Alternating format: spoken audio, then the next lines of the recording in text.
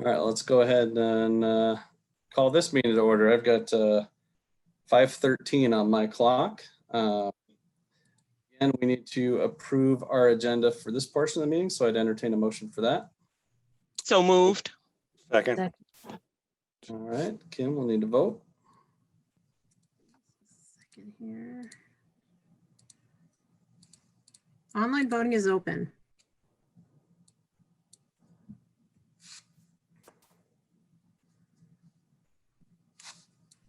All votes have been cast and the motion carries with all directors voting in favor.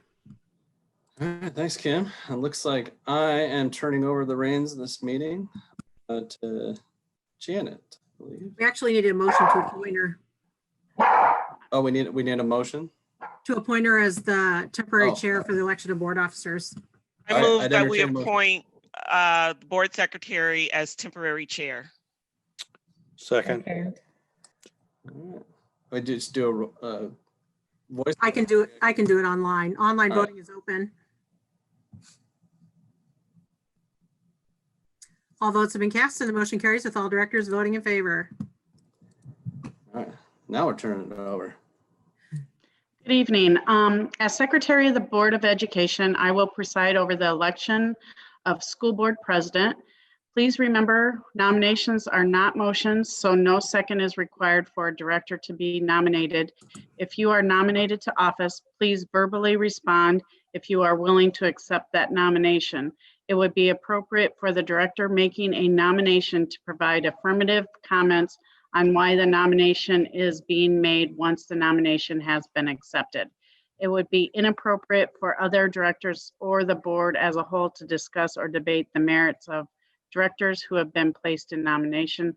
This is what the vote is for. The floor is now open to receive nominations for the office of school board president. I nominate Sean Eystone. I accept the nomination. Thank you, Ruthina.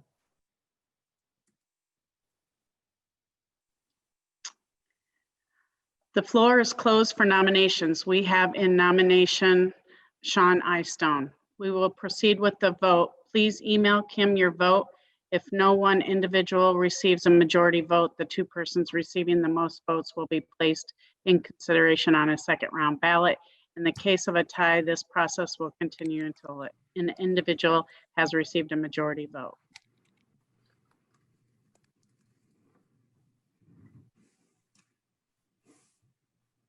So, excuse me, Sean, or Janet, I'm sorry. Yep. So Nope. We're supposed to email Kim the vote? Is that Yes. correct? You could send it in chat too. That's fine. Okay, thank you.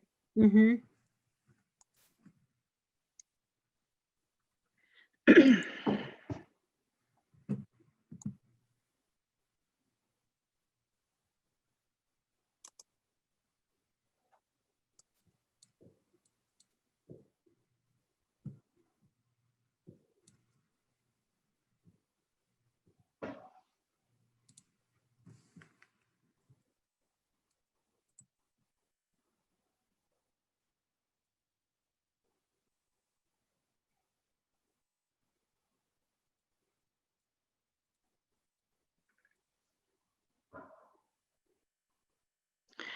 Director Clausen voted for Sean Eystone.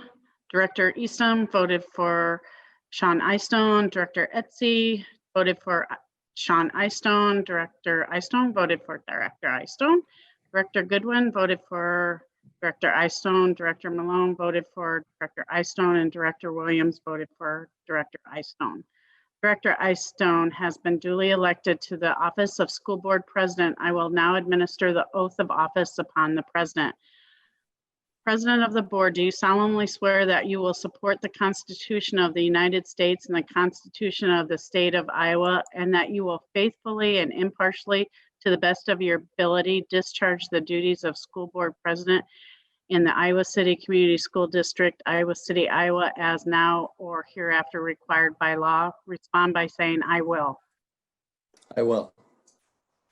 Congratulations. Thank you. We will use the same process for the school board vice president vote. Remember, nominations are not motions, so no second is required for a director to be nominated. If you are nominated to office, please verbally respond if you are willing to accept the nomination. The floor is now open to receive nominations for the office of School Board Vice President. I nominate Ruthina Malone. I accept the nomination.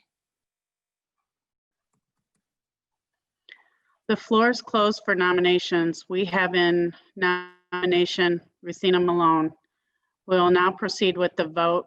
Please send Kim your vote. If one individual receives a majority vote, 2 persons receiving the most votes will be placed in consideration on a second round ballot. In the case of a tie, this process will continue until an individual has received majority vote. Director Clausen voted for Director Malone. Director Eastham voted for Director Malone. Director Etsy voted for Director Malone. Director Eystone voted for Director Malone. Director Goodwin voted for Director Malone. Director Malone voted for Director Malone, and Director Williams voted for Director Malone. Director Malone has been duly elected to the office of School Board Vice President. I will now administer the oath of office upon the Vice President. Do you solemnly swear that you will support the Constitution of the United States and the Constitution of the State of Iowa, and that you will faithfully and impartially, to the best of your ability, discharge the duties of the School Board Vice President in the Iowa City Community School District, Iowa City, Iowa, as now or hereafter required by law? Respond by saying, I will. I will. Congratulations. The new officers will now assume their elected duties. Remember how to unmute now. All right. Thanks, Janet. Appreciate it. We have a whole lot of housekeeping things to take care of as our organizational meeting takes place. So the first item up there is determining our time and place of regular board meetings.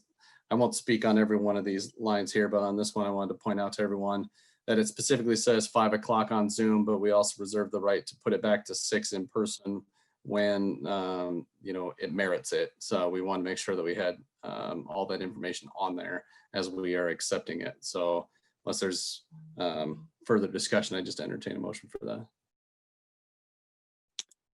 I move adopting the 2020-2021 board meeting schedule. Second. All right, Kim.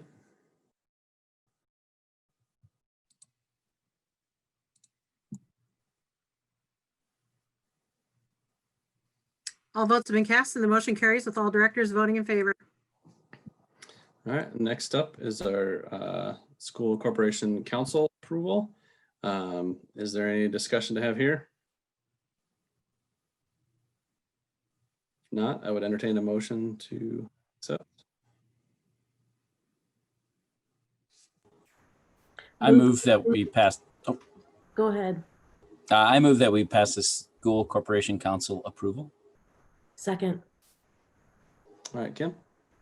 Online voting is open.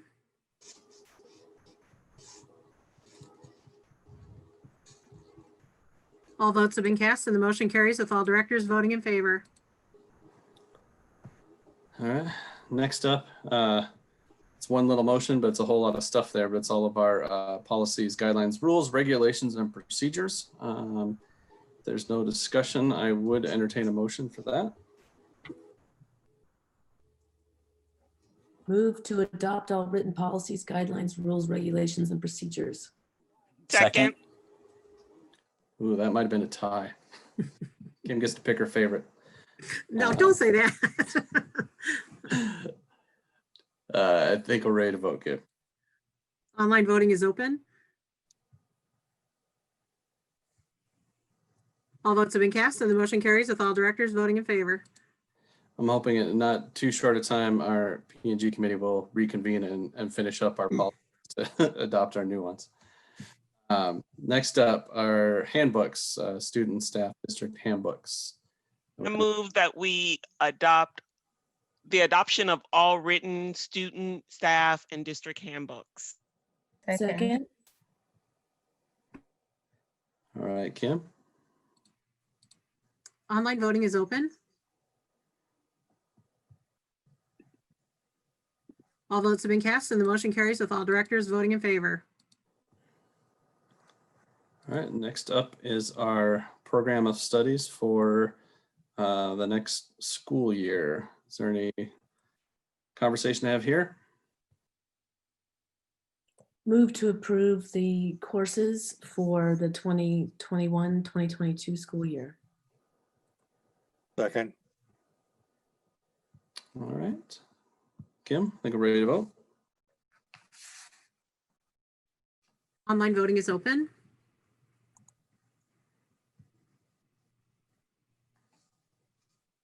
All votes have been cast and the motion carries with all directors voting in favor. All right.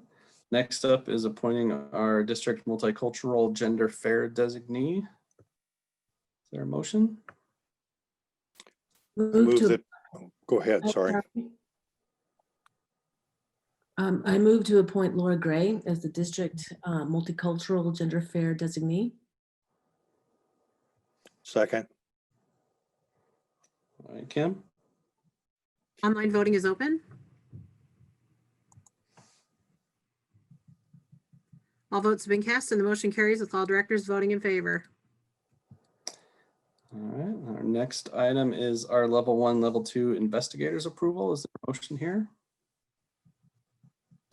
I would move that we approve the level 1 and level 2 investigators as presented. Second. All right, Kim, Online voting is open.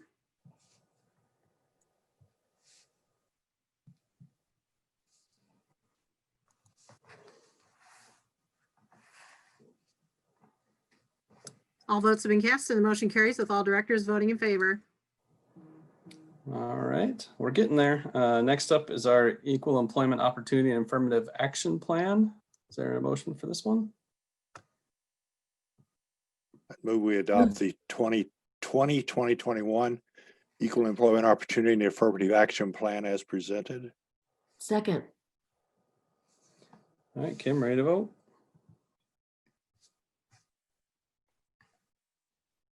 Online voting is open. All votes have been cast and the motion carries with all directors voting in favor. All right, and our last one from our annual meeting is the CDAC report, the Community Education District-Wide Advisory Council. That's a mouthful. Is there a motion to approve? I would move that we approve the Community Education District-Wide Advisory Council and accept the report as presented. Second, All right, Kim? And Sean, if I just might make a comment, if you don't mind. Yeah, sure, go ahead. I had a chance to read this report and would recommend that those in the public that haven't had a chance to look at it. Take a look at it. It includes some very interesting programmatic support for some very important community community areas in our educational endeavor. All right, thanks, Charlie. All votes have been cast and the motion carries with all directors voting in favor. All right, and that brings us to our public hearing. I'll turn it over to Ruthina real quick. now is the time and place for the public hearing on the ICCSD 2021, 2022, 2022, 2023, 2023, 2024 district calendars. The purpose of the public hearing is to receive public input on the district's proposed 2021, 2022, 2022, 2023, 2023, 2024 school calendars. Are there any comments from the board? I'll throw a question out there. We have had community comments, not just at this meeting, but in the past, kind of looking at how we put together our calendar with various holidays. And I would ask Matt, is there a way we could at least entertain the idea of looking at the various major religions in our district, and if we could look at, like the most sacred holidays for each one, and just see if there's a way to build some of that into the calendar. Obviously I know we can't have every religious holiday on our calendar, we'd never have schools. So I'm just curious as to what kind of steps we can take to move this conversation forward a little bit. Sure. Thanks, Sean. And I thank Reem for her comments earlier as well. We've been engaged with her a little bit and with the No School on Eid group a couple different times. And I think that's a wise way to look at it, that we know there's important holidays for different major religions. From our conversations with them, they feel very strongly about Eid and no school on that day. And so for us, it's that balancing act of trying to look at the scope of those major religions and how we could represent them in different ways on the calendar without, like you said, pushing the school year extremely far back. Of course, our work goes through the calendar committee in that aspect. And so if that is something the board would like us to do, we can certainly take that back and do some more work on it. We know we can do a hearing in a calendar change anytime moving forward. And so there's a lot of moving parts with it, but the work doesn't have to stop. And that's definitely something we can start some additional conversation around and look at and see what we could do to bring back in the future. I would definitely support that work, Matt. And as would I, Matt. And I would say too, in light of that, are there other districts that do this? Because the struggle I have with some holidays and planning out is if we don't know exactly when it is, I think that's hard to plan out. But I imagine we can't be the only district that has done that. Dearborn, Michigan might come to mind, or some place like that. Yeah, I think that's what we would do, JP, is looking for some other examples. And like you said, I mean, part of the and it's not super difficult, but part of the challenge is, right, that some of those holidays move on a year-to-year basis. And so it would just change depending on when those days are in our calendar and what we need to do for days off. So I think it's just something we would need to take back to the calendar committee and look at what we could do to work out and what's a potential solution for that. So we'll continue to talk to Reem and her group, and then also engage some of the other groups in that conversation. And then of course, our calendar committee with some potential suggestions. My advice would be, I don't think it should get in the way of the calendars as proposed, but I think we should have an understanding that we're going to continue work and conversation around those calendars as this work continues to, and we can agenda that at a different time to continue that process or that update as well. Are there any comments from the public? If so, you would need to use the raise your hand feature.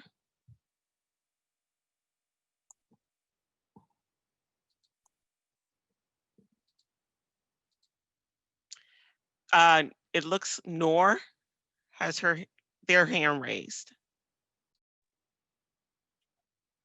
Hi, yeah, can you hear me? Yes. Okay, thanks. I am Muslim and I'm way done with school, but went to school in the 80s and 90s in the Chicago suburbs. And as far as religious holidays went, absences were excused. As far as Eid goes specifically, within the community, there's a few different schools of thought. So some people are okay with going with calculations, and you can therefore then declare the date ahead of time, just based on when the new moon is born, and others don't. I would say, just for honoring the sake of making this holiday available to be off, if you were to go with the calculation, I think that is wonderful effort and would be much appreciated by the community. Thank you.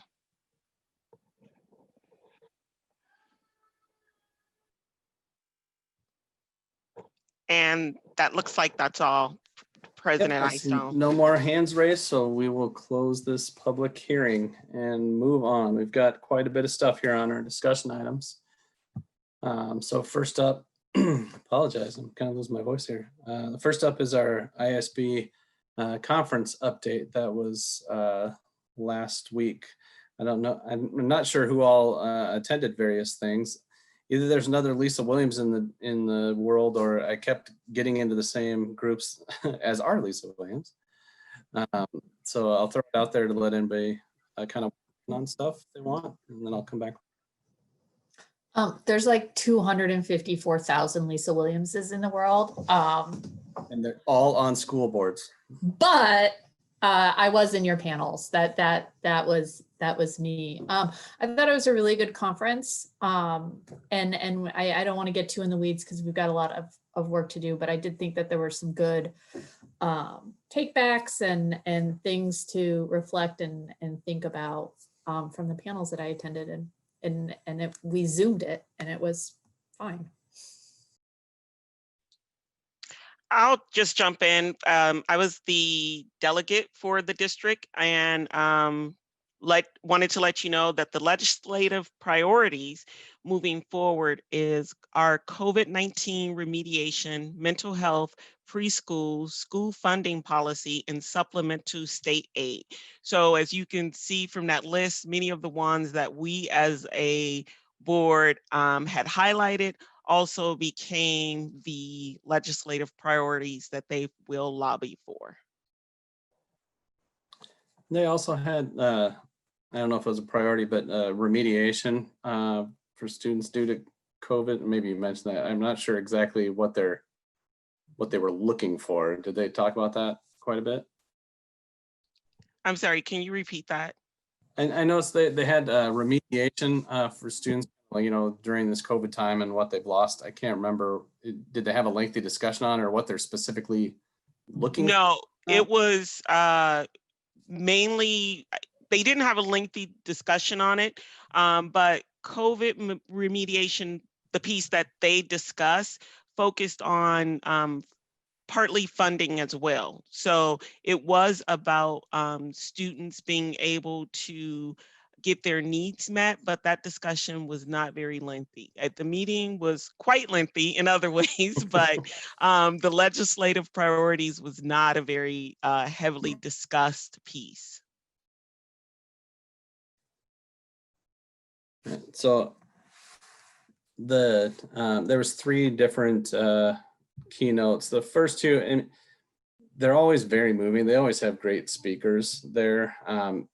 It's hard to sometimes make that connection to what we do on a daily basis. I think the general theme that kind of ran through it was as educators, folks don't always know, the story of that student and what's going on, and they can do a lot of good for that student by constantly picking them up, or can do a lot of harm by one time saying something negative, right? There was kind of a theme there through a couple of our different speakers, right?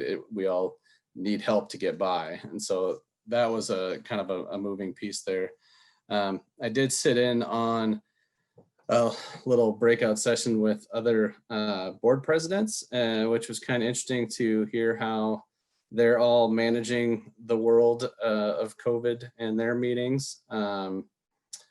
It does sound like the one benefit that we've seen has been kind of seen across the state, in that huge numbers of people joining Zoom board meetings that had never ever participated or attended a live board meeting. So that's kind of nice to hear that people are just being more engaged. Maybe they're just all bored, but I appreciate the fact that we've been able to reach a lot more people. So I think it's easier to get that message out when you hear it firsthand, instead of, whispers and playing that game of telephone to get it out to everyone. So I think that's good. I did find it interesting. A lot of different districts actually do like live roll call votes, or just live votes on everything in their agenda, which has been a struggle for folks in Zoom meetings, because some people are a little bit delayed and you think they're saying aye to the positive and they're actually saying aye to a negative, and things are weird that way. So I feel blessed that we have an online voting system, so that doesn't come into play for us. I did sit on, there was one breakout with a couple of our state legislators that the only real takeaway from that was the 2 of them were pretty adamant about being anti-vouchers. We had one Republican and one Democrat in that, but other than that, it was not looking super pretty when it comes to the dollar numbers from the state at this point. So there wasn't a whole lot to take out of that. Were there any other directors or admin folks that were attending anything that want to speak? Looking around. All right, then we will move on because we got plenty of things to do. All right, we have our board committee assignments. And I actually had the sheets live and somehow I closed them. So I don't know if it's changed since the PDF was posted to board docs. The one thing that I want to make sure we got folks on were the facilities committee. Charlie had signed up for that, and I'm willing to do it. I'm just not sure how many different committees I'll have time for, but that's kind of a big one. And we'll talk a little bit about a couple of things that we're going to ask them to do here shortly in our agenda. So is there anybody else that would like to join that facilities committee? Sean, I'll join. This is Janet. All right. Kim, can you be adding names to that? Awesome. Is there anybody else that's really interested? Did you need a third, Sean? I'll join if we need a third director. Okay, that would be great. And then Kim, you can put me down as the alternate, I guess. If I'm going to be on the one, I'd be an alternate for the other. Kind of scrolling down. Do we need 2 people for the Iowa City Assessors Conference? I think it has to be Iowa City folks, but do we usually have 2? And it has to be somebody that lives in Iowa City? I'll do it. I think I might be the only other one that lives in Iowa City. No take backs, so Ruthina's doing that. And then I think you end up being on the evaluation as well. They kind of go hand in hand.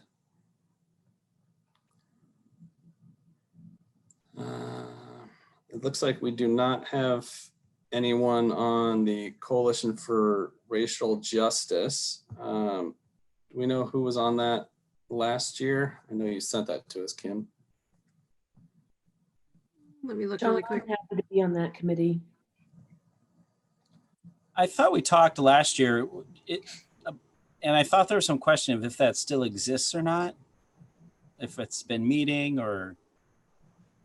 Yeah, I would say, Sean, that I've been a member of the coalition since its inception, and it has not been active in the last year or so. So, I mean, it's fine to have someone, you know, available to attend meetings if they start up again, but. And I'd be happy to be a second board member. I just like to know what I'm signing up for. All right, so we can tentatively put down, is that Janet that spoke up earlier, and JP, and we'll see if they will meet some more. And we have, you know, with our equity committee, I don't know if that some of that work's kind of moved on to that or not. I'm scrolling down here to see if we're missing much. We've got 2 board members on multiple advisory committees, so there's room for a third if anybody wants it, but I don't know that we necessarily need a third. It would probably be alternates.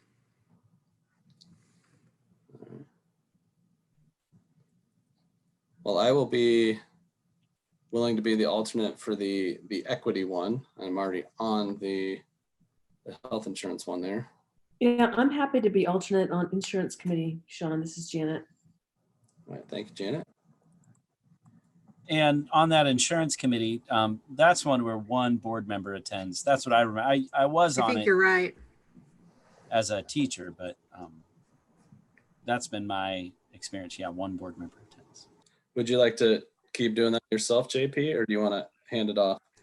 Paul's been doing it. I was on it when I taught in the district.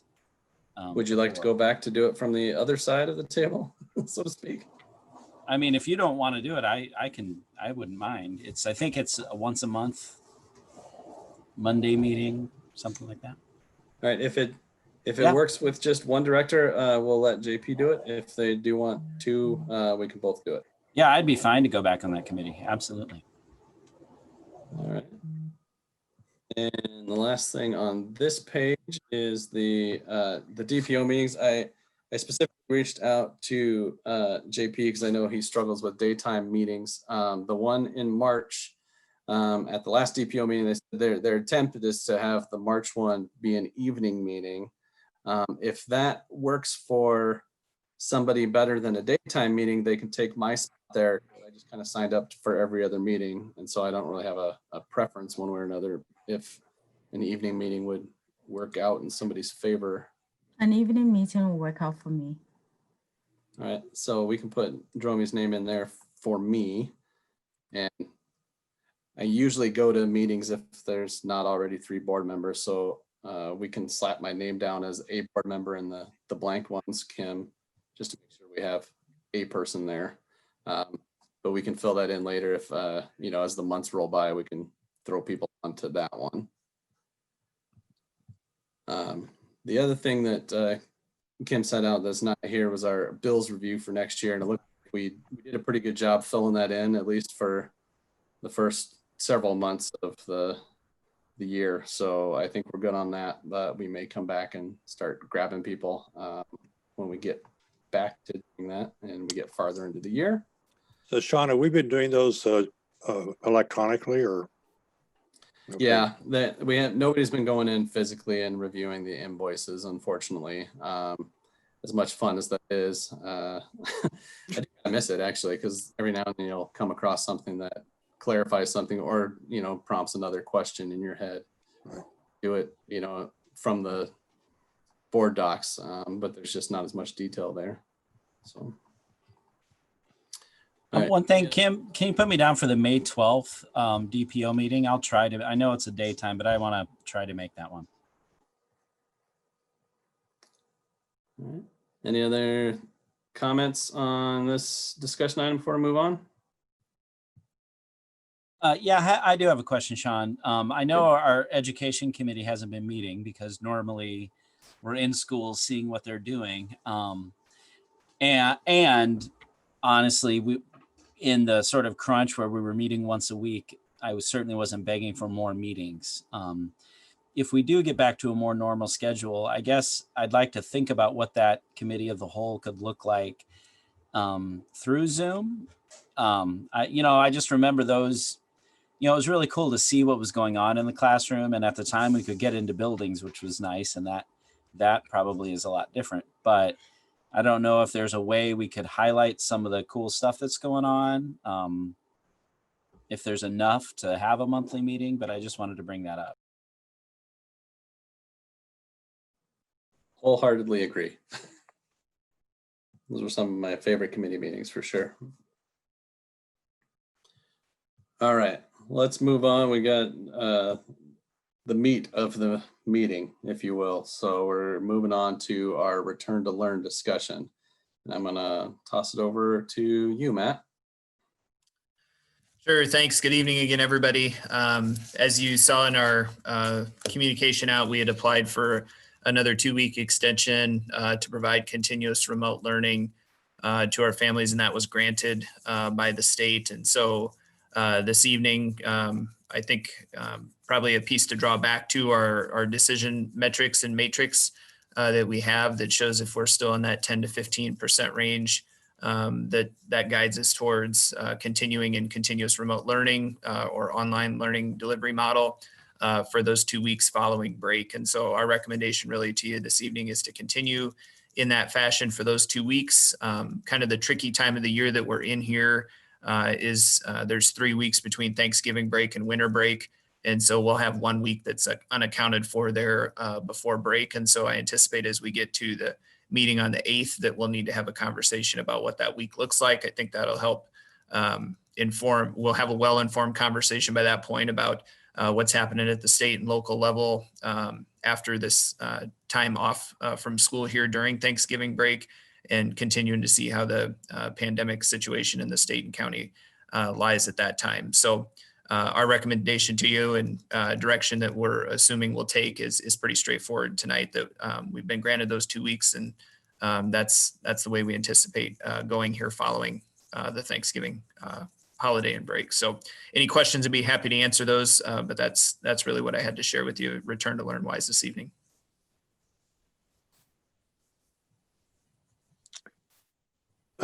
Sean and Matt, can we just review whether or not it would be feasible for us to consider full-time schooling for K through 3 or K through 4 at some point? I know that we get a lot of interest on the part of parents in trying to do that. And I also, I'm not quite sure how we can do physical distancing if that many kids are in a elementary building or not. So I'd like for us to have some kind of discussion about that issue at some fairly soon point in time, if the board is willing to, is interested in having that discussion. I would say, Matt, I think if the board wants to have the discussion is whether or not we can do different things at the different levels, not specifically can we send younger kids there every day, because right, it could be a hybrid while everybody else is online or something like that. So that would be the discussion if we're willing to have it. I think we touched on it early on in this process, and I think it has great benefit for those students and their families with a lot of hurdles to overcome. So I'm not gonna. Right. I think that we years. could definitely come back with a well-prepared, structured conversation on the 8th around that, if that's something the board wanted to entertain. A couple quick points. If we were in the hybrid model for the rest of our students and you wanted to do something K3 or K4 every day, 5 days a week, that would be acceptable. The part where we need some special permission from the state is if we were going to do a fully online experience, or remember that 50% threshold, something less than 50% at the junior high or high school or at any level. And so once you dip below that 50% thresholds, when you need the permission for continuous remote learning. But if you wanted to do something above that for a certain section of the student population or grade levels, that would be acceptable by the state standards. I think it's just the conversation I think that Charlie's getting at is, what health and safety mitigation efforts do you lose in that sense that we had in the hybrid model? Obviously, your recommendation tonight is about everybody being pulled still to the continuous remote learning and online, but we could come back with that on the 8th and have that conversation about if that was something the board wanted to entertain for the second half of the year. That would probably, we would also slotted for the 8th. Sorry, I'm stumbling over my words here. Also slotted for the 8th is a couple language tweaks to our metrics and matrix that we have. And so I think that would have to be accounted for as well there. And we would need to do some work on that. Again, to the point about some of the health and safety mitigation efforts, because we'd really be making some decisions outside of that framework that we'd agreed to on that point. So that's why I think we'd want to probably have some additional conversation, be able to work with the team and bring you back something on the 8th, if that had the momentum, some momentum from the board to continue that. I want to weigh in. Charlie, thank you for bringing it up. I think it's important that we have the conversation. I wonder if it would make more sense to push it to our first January meeting though. I listened to a NPR story today, and it looks like Pfizer is asking for fast tracking the vaccine so that it could be getting deployed within 3 to 4 weeks. And they're going to phase out who gets it, of course. And Governor Reynolds has said many times that our teachers are essential workers. And so I would kind of like to see what the vaccine rollout plan in Iowa is. And if we are getting our teachers access to the vaccine sooner than the general public, I think that's a huge part of the health and safety plan. And is it safe to bring more people back in the building for a regular basis? And I think that'll become more clear during the month of December. And I wonder that's why I wonder if it would make sense to wait until January, when we have just a better idea of, yes, we're going to see some of that happening in January, February, so we can have a real discussion about maybe getting all of those younger kids back full-time in school for third try, or no, it doesn't look like that, and we're going to be operating under our same health and safety standards that we currently are. To me, that sounds quite reasonable, Lisa.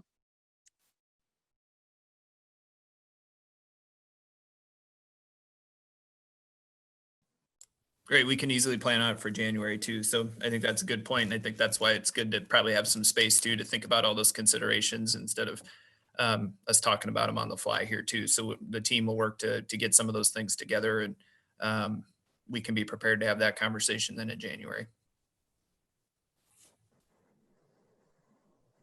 All right, thanks, Matt. Was that everything that you wanted to offer tonight on the Return to Learn at this point? Yeah, spent a lot of time with you last week on the learning component and a lot of different aspects. So we just really wanted to focus on next steps as far as the model piece goes this evening. So that was all our team had Return to Learn wise. Okay, I appreciate that. I'll just make one quick comment before I move on. I know people are struggling when, with having their kids at home. I think that with Thanksgiving being this week and the incubation period that this virus gives us, I think having 2 weeks after the holiday ensures us being in a good place. I know between now and then the numbers will start to drop before they start to go back up again. But I'm afraid what would happen if we went immediately back, we would go back for another week or two and immediately have to shut down anyway. Maybe even, less time than that. So I know that we've coming into this version of online learning, we were starting to struggle at some of our elementary schools specifically in having enough staff healthy and available to teach there. So I'm thinking of that as, to Charlie's question of, what can we do at the elementary levels? I know it gets harder there. It's a little harder to cover more students at that elementary level. So something to think about that conversation. So I appreciate the 2 weeks post-holiday to kind of let things shake out a little bit. I know it then gets kind of ugly with only 1 week before we move into our next holiday time frame, but hopefully we can get everybody back healthy off of quarantine and things like that, and we can really start anew. Is there any other comments for board directors on that, or are we ready to move along? I'm just going to make the comment to the public to please be safe and not gather over Thanksgiving. I mean, this is the only way, because even when the vaccine comes out, I think people are going to get a lot of false confidence. We got to keep wearing masks. We got to stay isolated as much as possible to get these numbers down heading into the holidays.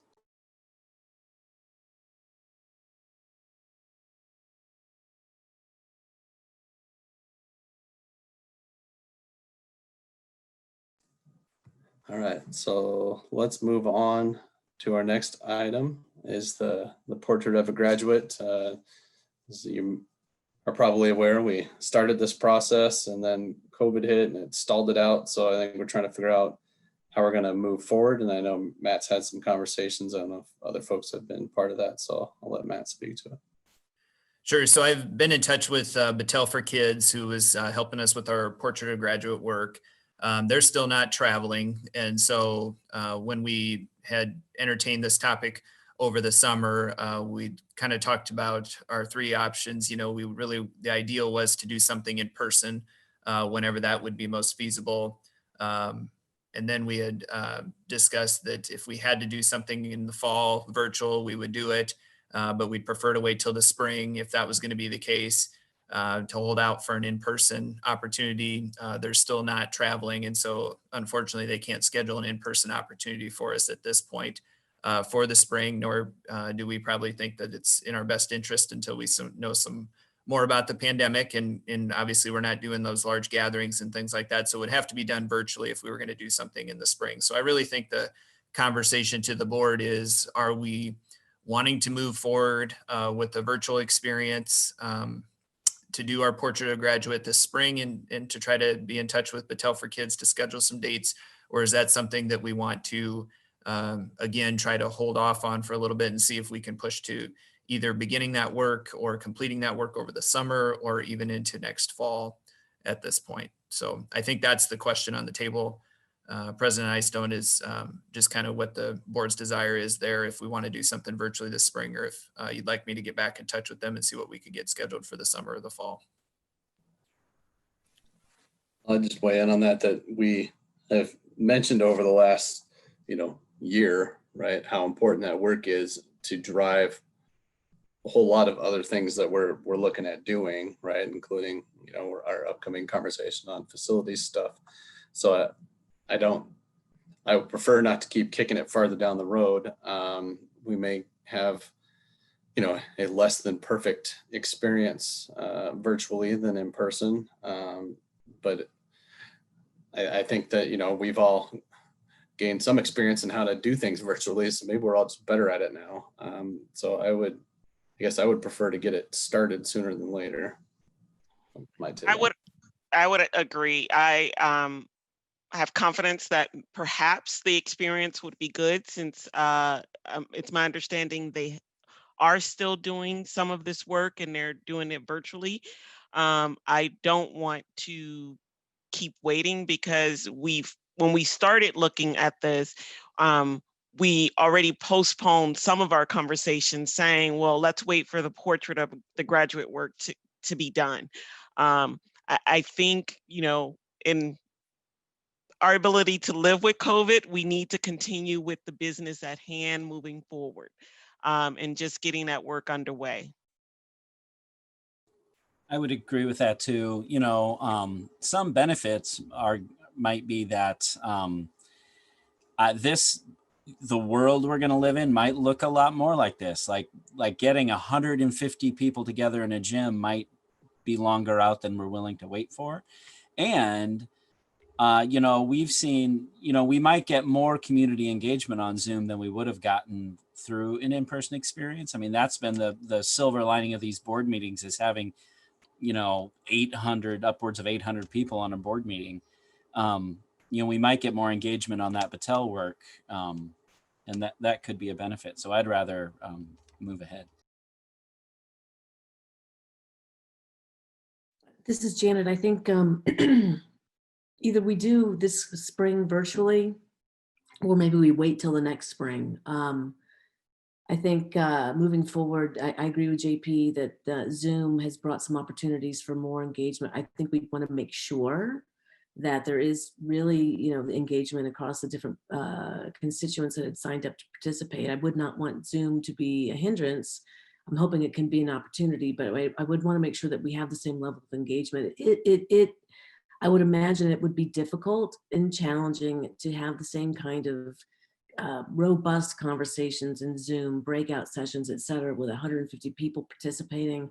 But it is possible, and waiting, we're just stacking up all these other activities, waiting for Portrait of a Graduate to get done. And I'm mindful that we've put a lot of things on hold this year while we've been dealing with the pandemic. And I mean, that's been the primary focus, and needed to be, but I think we all recognize there was a lot of other things that we had in the pipeline that we want to deal with, and the portrait work was really, really important for that. So I think spring makes sense, virtually makes sense. I'd love to make sure that we have the level of engagement we are anticipating when we are starting off in person. I'd love to understand how Battelle intends to facilitate these virtual sessions, breakout rooms, and just so that we can make sure that we have the level of engagement we need. And if we can't somehow make it happen this spring, I'm hesitant to do it in the fall. It just, and I have in the back of my mind, there's an election, for school board election. I don't know what's going to happen there. I mean, in some ways it might be better if we can't get it done this spring. It might be better to wait for whoever is going to be on school board to be elected and online and ready for that strategy work. But so I support going virtually this spring, hoping that we have the time and energy and ability to prioritize that work.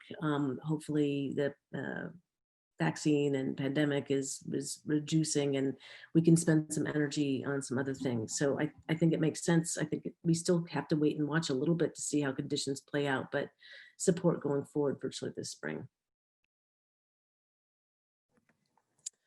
This is a really tough one for me, because I had the privilege of going to that first meeting, and I know Ruthina was there, and I think JP, you were the third board member, and that room that was it was almost a magical experience, and that's not going to get recreated on Zoom. And they had all the high school students sitting together, and every time a hand went up on that table, everyone, you know, looked and listened, and it was really engaging. And so it's really sad for me to walk away from that process, which I think is really important to the final product. But at the same time, I just feel like we have been stalled in moving forward with our mission and vision statement, which is, I remember when we were campaigning last fall, that's all we were talking about is how we wanted to do this mission and vision work. And now it's a year later and we haven't been able to do any of it. So I think reluctantly, I'd be in favor of starting on Zoom in the spring. And I hope that they'll have figured out a way to make it robust and magical and wonderful so that we can get a good work product out of it.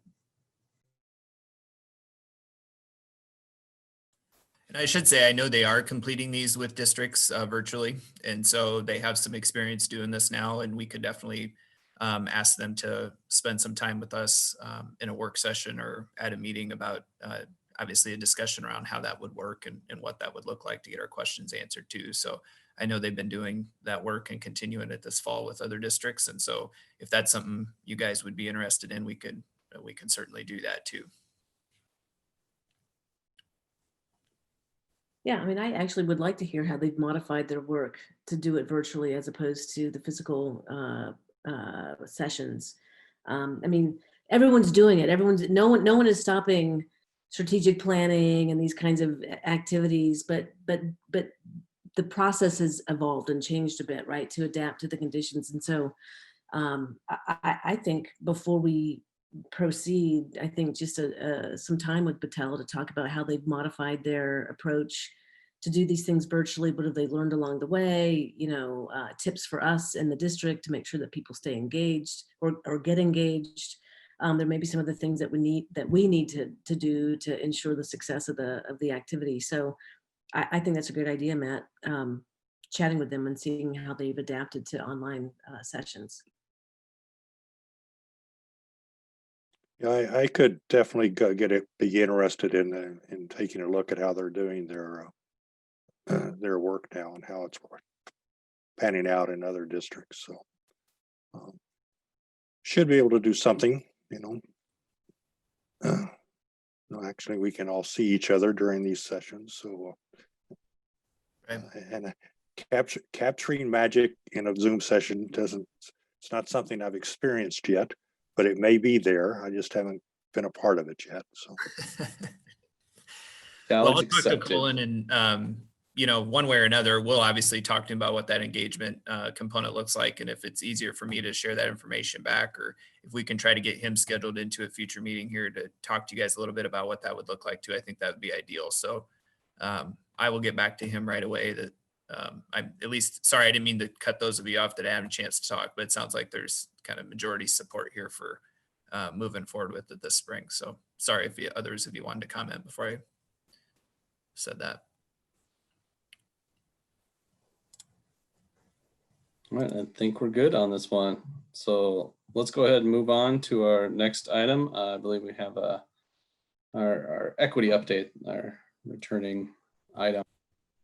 Sure. So yeah, this is our monthly update around the equity action items we identified at the start of the school year in response to a lot of the listening sessions that we completed over the summer and stemmed from our diversity, equity, and inclusion plan that we had passed last December, almost a year ago now. And so those big components that we've continued to talk to you about, we'll try to provide a brief overview and update on tonight.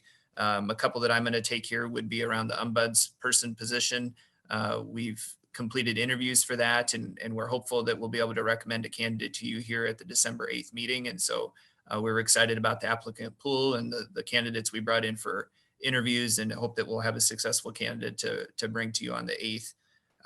The standard development work that we've talked around with the leadership team and also with the teachers, we continue those conversations with ICA. And so we know that's an important part that we want to build into our kind of accountability and support framework for next year, as well as we look at setting a culture of high expectations for ourselves as leaders and for our teachers in the classroom, and continuing those high expectations we have for each other. And so we're continuing that work as well. And then Amy's going to really touch on some of the other critical components here tonight and some of that work that's been kicked off and underway. So I'll flip it to her from here.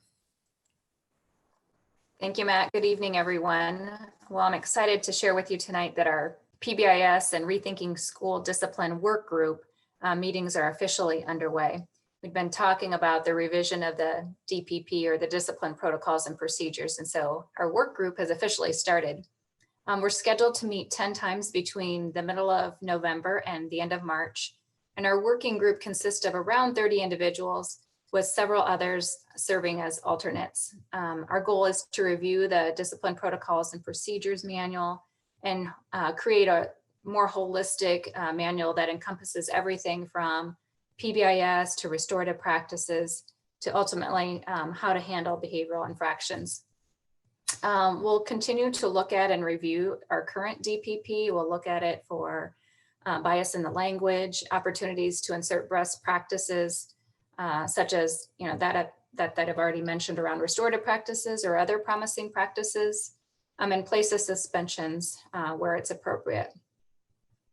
At the first meeting, we looked at some of our climate and culture data, and during next week's meeting, we'll review our office referral and our suspension data. And then in addition to the 10 work group meetings, you may have received an email today that shows other ways that we're trying to garner feedback from a wider audience. So we're sending out a stakeholder survey, or we sent that out today, and that will be open for several weeks. We're holding 2 public forums next week from 5 to 6 o'clock on Tuesday and Thursday evenings. And that information was contained in today's email as well. And then there will be several listening sessions with key groups. So we're excited to have that work officially underway. I'm going to ask Scott and Diane or Brady to talk about our social studies review. And then following that, I'll have Laura Gray mention some of the professional development that we've had recently. Hi, everybody. This is Brady. I'll take the social studies review. And I was going to say, Charlie, I find all of our board meetings on Zoom magical. So maybe we just have, a little different, maybe expectations. So the social studies self-study team, as part of the curriculum review process, met on Wednesday, November 18th. We have 39 people on the team representing, we have students, staff members, that includes elementary and secondary, of course. We have administrators that are on there, people who serve in different capacities. We have community members. I think we ended up with 6 different community members, and it's a fantastic team. Just really smart group of people who are dedicated to the students in this district. And, I'm really happy to be a part of it. We did an initial review of data around social studies, and they also gave me additional requests for data that they would like to see. The purpose of the self-study team is to evaluate data, determine strengths and limitations of the program, and then to make a recommended, to create a recommended plan of action for the next 7 to 8 to 9 years that will be presented to you, the board of directors. We also took a look at our mission statement and reviewed and evaluated that. They made some suggestions for ways to improve it. And we did an initial review of survey questions that will go out to staff, students, and the community in December is our target. And we're finalizing those to try to make them something that is really usable, manageable, timely, relevant, all of those things you would want out of a survey. We'll deploy that in December, and that will then supplement the data that we evaluate in January as we determine strengths and limitations of the programs. And I just have to give a huge shout out. Laura Gray really set the stage. We have a great diverse group of people, and Laura did as she always does, a magnificent job of establishing group values and norms that I think are going to guide us through this work really well. And Diane and Scott have been fantastic in helping me through this process, in their roles as executive directors. So that's where we're at this point. Our next meetings are in January and February. I think we all probably have a sense that we may have to have some smaller group meetings with particular tasks assigned to those groups, but we'll see as we move through the process.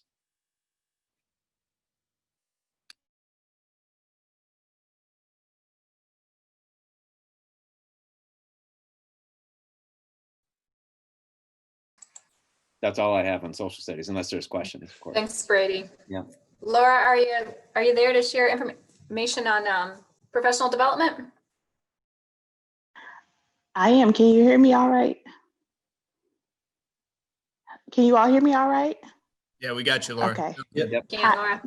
Yeah, so I'm continuing work with the leadership team around culturally responsive teaching practices. And that's kind of where we are.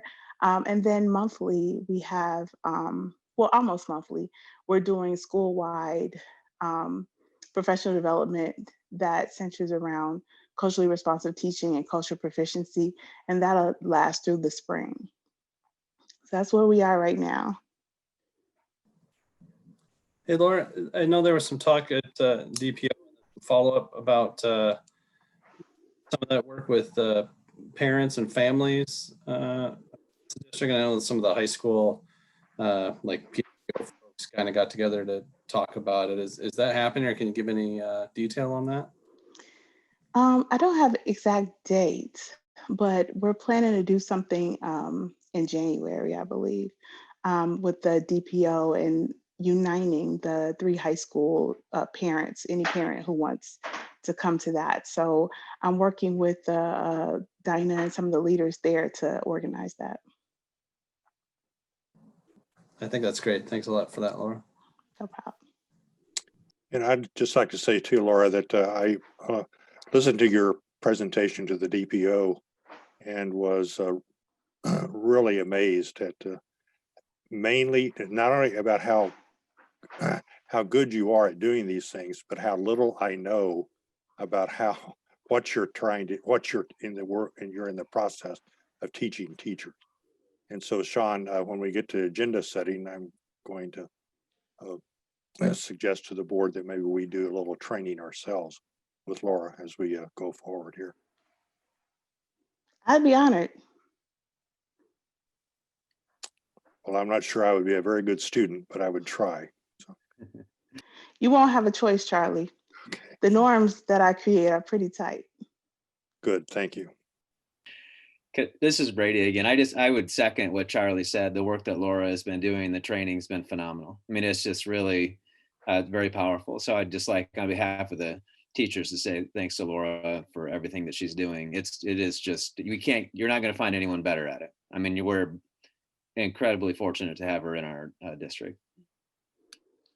Super appreciate all of your kind words, you all. We have an amazing team and district. Like, our teachers are phenomenal, so it makes it easy.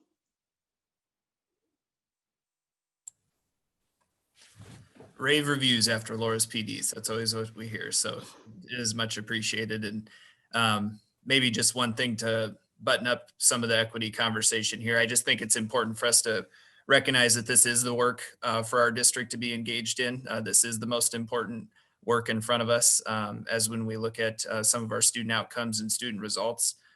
This is why it's on a monthly agenda. I think this is why it has to be our focus because this is our mission in public ed, is that we have to get it right for all kids. And right now we don't have outcomes that shows that it gets it right for all kids. And so I think that's the work that we are trying to show our commitment to, that we know we have areas we need to continue to improve on, but why we also feel it's important to come back and talk to you about that process. And so we're awfully committed to just grinding it and continuing to work at it until we start to see better results. And we believe attacking it on these multiple fronts is really our best chance at a good solution with that. And so we're going to keep coming back and keep talking to you about those different components.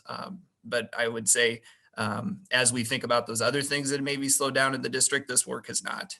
This has been right along all of that COVID work. And we've been asking a lot of time and energy out of our teaching staff, a lot of time and energy out of our leaders to push this work forward, as we've also proceeded through the return to learn in the COVID conversation. So thanks for giving us a chance to provide another update around that critically important work.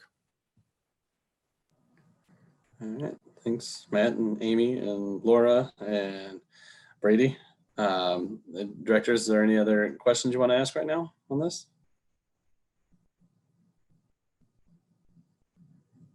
All right, we can move on to our Facilities Master Plan 2.0. I know this will be a fairly brief discussion. I think one of the big takeaways, we just decided who was going to be on our little facilities committee. I think that's kind of one of the tasks, is to really start to dig into it and put some pieces together for then the whole board to start to digest. So that's kind of one of the tasks there. But Matt, you can go ahead and speak to whatever else was going to be part of this conversation. Sure, I'm gonna go ahead and let Chase go because I can tell he's raring to go. He hasn't got to say anything yet tonight, so I know he's itching for the opportunity. So I'll just turn it over to Chase and let him take you through our next steps with FMP 2.0. Thanks. Always ready to go. And good evening. It's nice to be with you this evening. And Sean, I was going to start exactly where you started. Famous last words. We hope to keep this brief this evening, but I think we actually will be able to. We did want to give a quick update and really just to continue some of the conversation that we've had over the last half hour of some of those things that are still on our plate, and we're still moving forward, even as we find ourselves in a different dynamic this fall. And really, we're nearing the end of our FNP 1.0. Lots of great work and a lot of appreciation all around to Dwayne, Jeff, Adam, Leslie, and many others, including our principals and our entire community, for the great work that's taken place. And if you remember that when we started this back in 2012, this was actually supposed to be a 10-year plan, but through the great dedication and work that's happened, we're nearing the finish line at about 7.5 or 8 years when all of our projects are completely done. And so that's awesome, but it kind of also actually creates a bit of a hurdle for us, as the funding timeline was also set for a 10-year window. And so while we've already started to identify projects and potential needs for the planning of FMP 2.0, it really needs to be tightly aligned to a financial discussion. And so we wanted to set that brief background, but circling back to what Sean said, we wanted just to make sure that the board and the community knew this was still on our radar, and asked Charlie, Lisa, and Janet if this might be a topic that they would consider early consideration for on their operations committee, to talk specifically about what are some of the funding options for an FMP 2.0, what do those timelines look like, and then beginning to start those planning pieces. Then, because of the new structure that the state's put in place for when school districts can go out and ask for support from their communities, we really do need to start these conversations sooner rather than later, even if the actual projects won't start for 2 or 3 years. I'm not saying that's when they're going to start. I just put that out there to say, even though it might be in the future, time is still critical, given that there's only 3 dates that we can go to our community in 2021 and 2 dates in 2022 that we could go out for support. And so it's one of those things that while there are a lot of other pieces going on, we really do need to continue these conversations to make sure that we continue to move forward on our long range facilities planning for the district. With that, I'll open it up to any questions that the board might have. Les and Dwayne have been doing some great work behind the scenes, and we can provide some more detail if you'd like this evening. But really, again, we just wanted to give that background and see if we hopefully could get this to the operations committee sooner rather than later.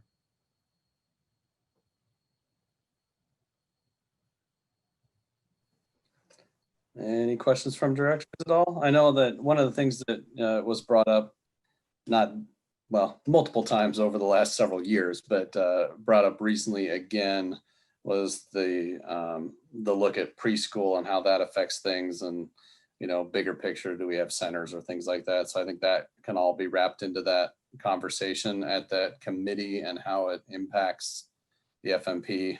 But there's plenty of other things that need addressing as well. I know Dwayne had already put together a list of like 150 things that we need to do, even smaller things, right? That all add up pretty quick, right? So the funding part is important. So I think it's important to get that work going real fast in order to be able to plan it out, because there's a lot of moving pieces there, I think.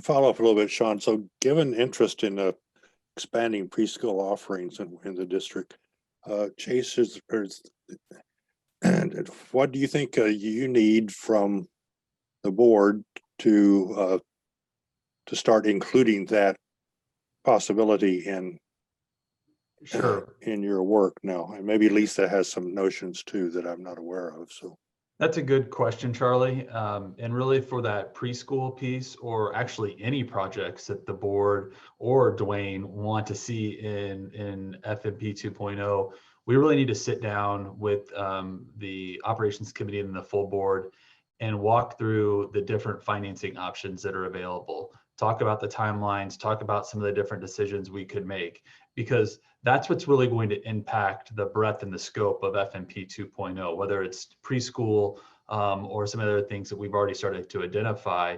That's all going to be corralled by the number of dollars that are available. And so what we need from you is really, Charlie, just some time with the operations committee to start, so that we can start laying out all the different data points that we have, some of the options that are available, and start talking through that.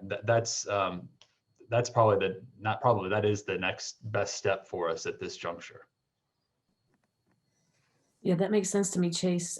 We've talked about facilities too being one of those big initiatives kind of following on the Patel work.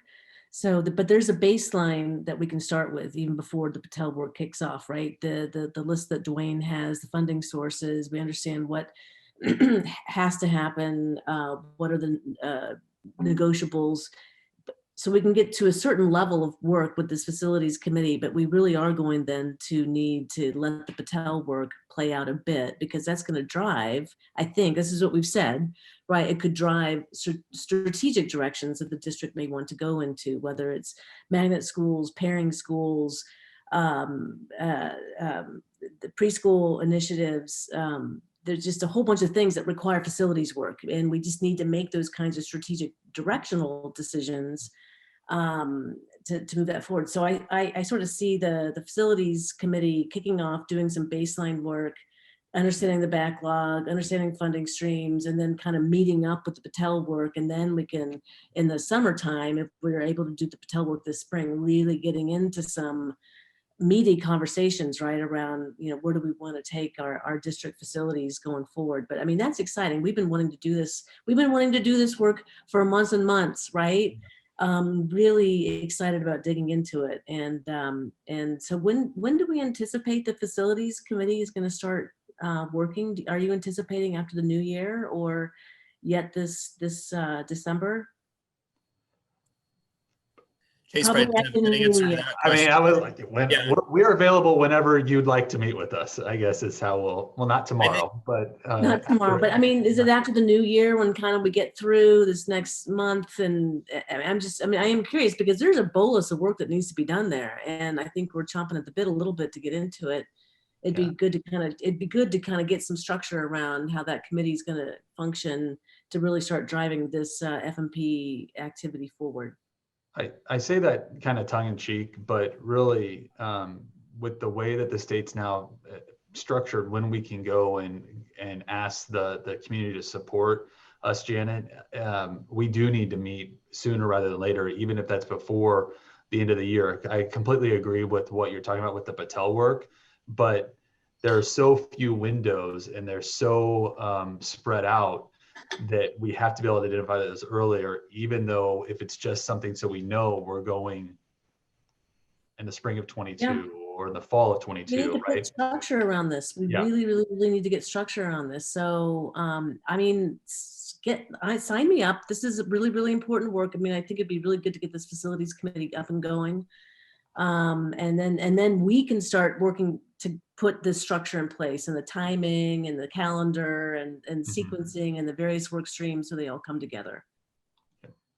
Yeah, I think you said that really well, Janet, as far as how those can eventually converge, and where we're at with the baseline list of projects and what we know about current funding status and the sources for that, and then how we can bring those things together with board priorities, with community priorities, and make a plan for going forward. And Chase did a really great job of outlining that those windows are tight, and so the work needs to happen sooner rather than later. And we've held off on any of those conversations this fall, but it's time to amp those up. And so I think we're looking forward to that. So let's kick off in December and kind of have a planning session. That would be awesome. Look forward to it. Yeah, I just want to echo Janet. I'm ready to go. Pick a date after November 30th or November 30th and let me know when to give me the Zoom link and I'll be there. Yeah, I could do it in the evening on November 30th if we need to do that, so. And I don't know if I think this might be a simpler conversation, but bringing up the Pearl tax, I don't want, to me, that's a pretty easy thing. I think we'd easily be able to spend the money on playgrounds. I don't think it would be a huge lift to get that vote necessarily, but if you're talking about other funding sources and things to do, then that should probably factor into that conversation. Yeah, thanks for that, JP. I think that's why this facilities committee, there's a laundry list of things to go through with that. And so we'll get a time and date scheduled and an agenda out and start those conversations so we can start to narrow in on those things that need to become priorities right away and to get some baseline understanding and get some reporting back to the whole board as well around that. So what happens, you create a committee and people join it and you get moving. So we'll throw that in the hands of the committee to get started on it. So have at it, guys. Figure out your process and come back with some information in our next one. All right. If there's no objections, we have some action items to move on to. So we can move on to our first one. We have a couple of some modified supplemental amounts to approve. The first one is on open enrollment out. I don't know if there's some context here that someone wants to provide. Thanks, Sean. We'll let Les talk through both of those items for the modified supplemental amounts. So go ahead, Les. Yeah, thank you, Sean and Matt. Both of these items are driven out of the certified enrollment process in which it compares students that we count this year versus students that we have counted in a prior year. And so the first one is open enrollment out, identifies those students that are now out. We can get the advance spending authority for those students in this year. And we follow that up with a cash reserve levy next year to fund that. But it allows us to make those expenditures to serve and pay for those students now.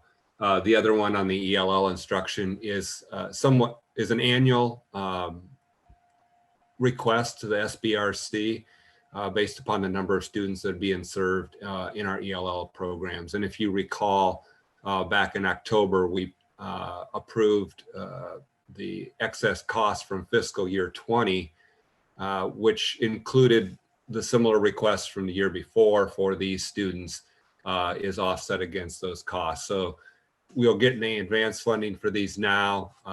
We won't get it doubled next year when we actually serve them and encounter the cost, but we'll get credit for having that spending authority now. So it's critical to our budget to have the spending authority increase, and the Sbrc will be meeting in December. So we'll know real quickly the approval of this, and I don't foresee any challenges with that. It's kind of a class action approach that they take for both of these across the state. All right, so Director, is there any questions on the first one, the open out? If not, I would entertain a motion. I move approval of the resolution to approve application for modified supplemental amount for open enrollment out as provided on the attached cover memo. Second. You give it to JP. I think he got it. All right, Kim, I think we're ready to vote. Online voting is open. All votes have been cast and the motion carries with all directors voting in favor. All right, and the same thing for the second one on ELL instruction. If there are no questions, I would entertain a motion. I move approval of resolution for modified supplemental amount for ELL instruction beyond 5 years. Second. Any discussion? All right, Kim. Online voting is open.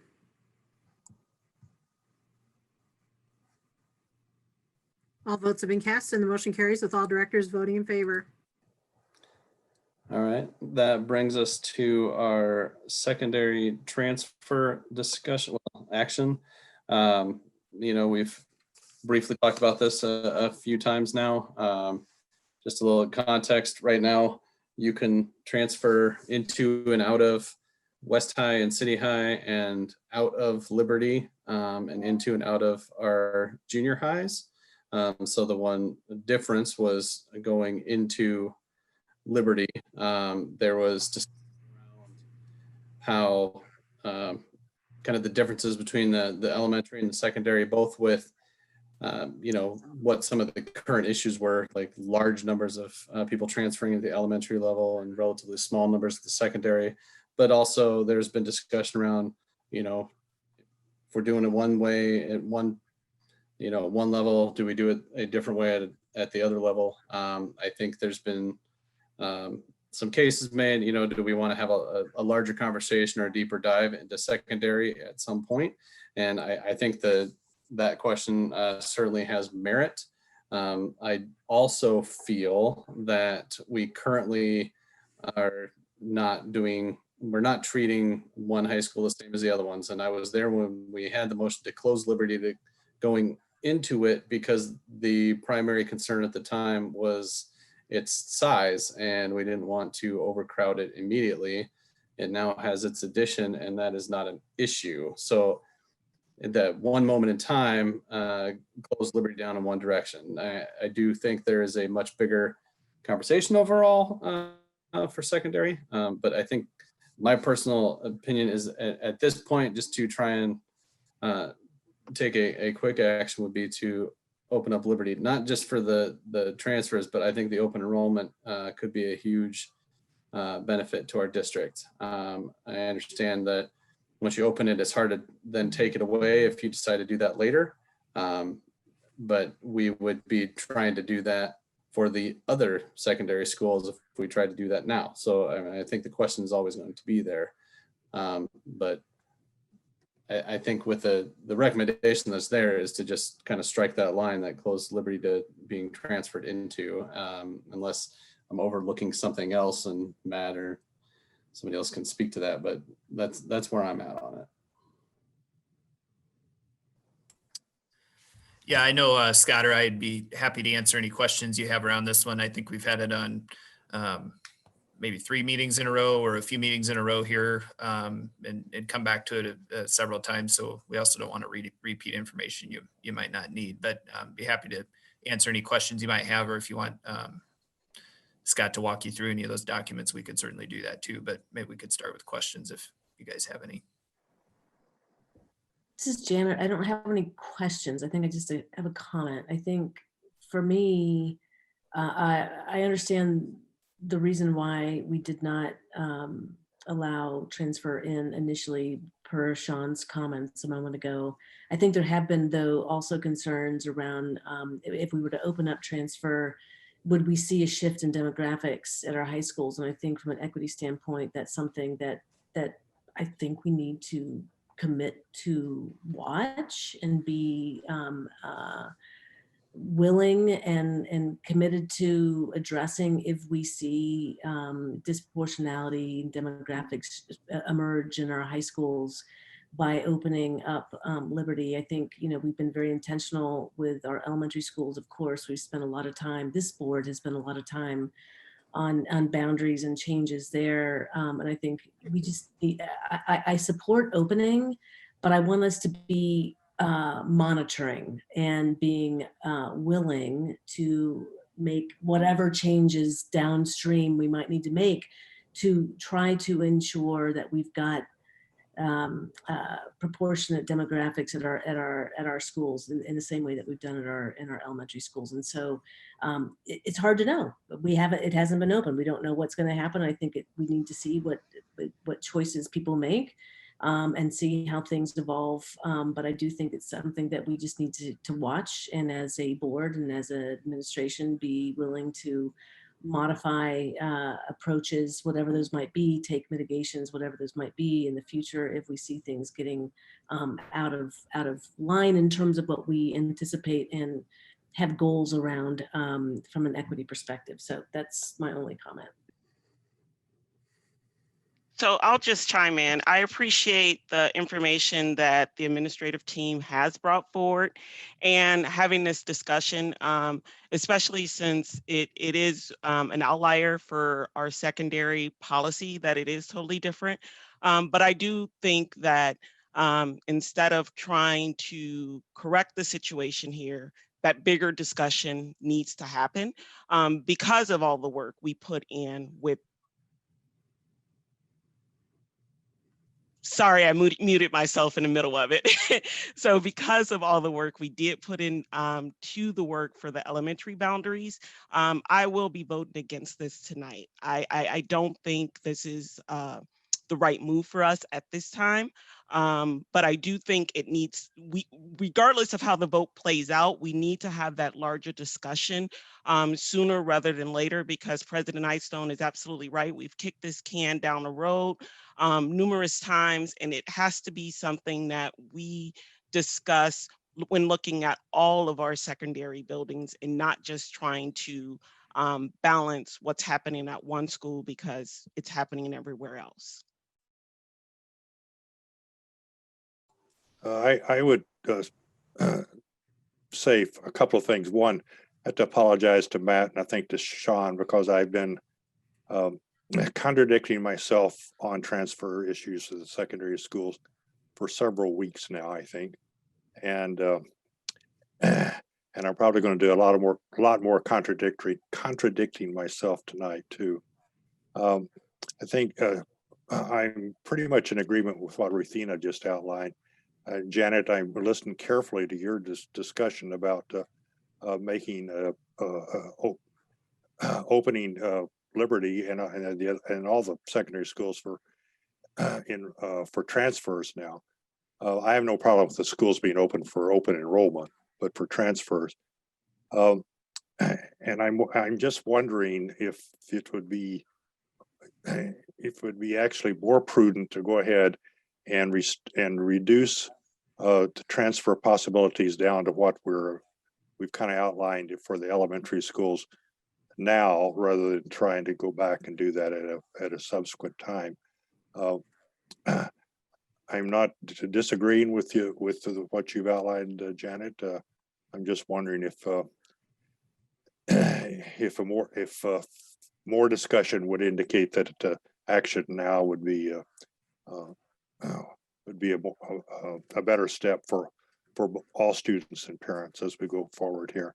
I definitely would. I would prefer that we at least defer this action on this item tonight. I think the disadvantage of having a vote on it would be that if it doesn't pass, it might not be something that the staff is clear on what we want them to do. So I would firstly would suggest that we defer action on this tonight.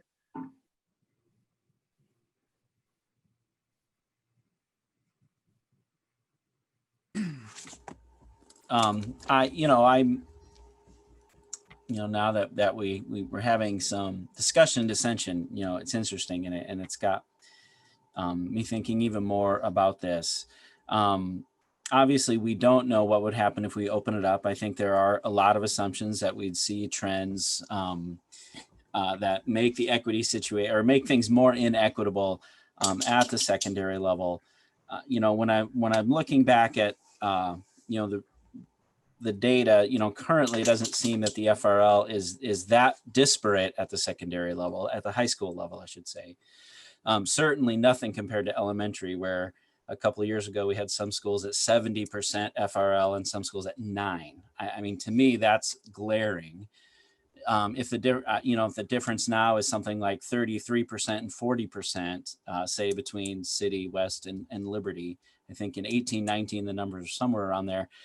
That to me isn't concerning. Now, if we open it up and it were to change and things were to drastically shift, that would be my concern. And we don't know that. I happen to think, especially now with once City High, once the bond work is done there, and with what's going on at West High, that all of our schools have capacity. we frankly have certainly three of the best high schools in the state of Iowa. And I would say they compete nationally with some great high schools. I think we probably would get open enrollment for people going to specific programs, but I think that could go kind of any way. However, having a discussion about, and again, if we do the practice we have at the elementary level where we have a number of schools and we've got kind of a median level for the FRL number, and if you're above or below that line kind of determines where folks can move, the high schools aren't going to be that different, I think, to have movement. I can appreciate wanting to come back with something like that. And I can also be of the mind where I can wait and see. And I could be wrong. I could be way naive. I don't see we're going to see as much movement as we might think. I don't think it's going to be similar to a Des Moines or to a Quad Cities where, people literally leave the district to go to a different district and create a lot of disparities. However, I can appreciate that concern, and I certainly don't have a crystal ball.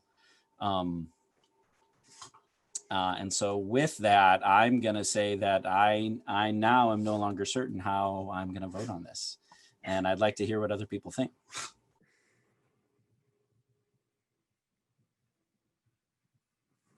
My question is, if we decide tonight per Charlie's inclination to pull this from an action, what concrete next steps are we going to commit to dig in and come up with a recommendation that we can support? Because I do feel like we've sort of kicked this one down the road a little bit. We've had a conversation, but to the point we haven't had a real I don't think we've had a work session on this, have we? We haven't. So that's what I was going to suggest, that we have a more in-depth conversation with some of the concerns that's been raised here surrounding a work session, that we devote that time to it. Yeah, I think because the idea of, do we put those kinds of balances in like we did for the elementary level? Certainly, I think open enrollment is something that we all see as an opportunity, honestly, for the district. But I think it really does warrant a richer conversation. I mean, I was willing to go with it tonight because, one, it's a recommendation. Two, we don't know how people are going to respond. There's a lot of speculation and ideas, but until we see it happening, I honestly don't know how dramatic the shifts will be. However, a richer, robust discussion in a work session where we've got community members present, I think is warranted for this level of action. So I actually would support pulling this tonight. I'm a little bit like you, Charlie. I'm going back and forth, and JP, this is a hard one. It's not like, there's just a lot of factors to weigh. I think probably for me, it's feeling like the most prudent thing for us to do is to have that work session where we've got community members present, teachers, principals, administration present, to talk through what this might look like, what kinds of mitigations we need to put in place, and just have that robust community dialogue, I think, before we take any action. I think that's probably where I am right now, having heard the benefit of the inputs from board members tonight. Can you hear me? I would say that I feel like I don't know enough. And so I would also benefit from a work session. And I guess it will make me more informed on how to vote.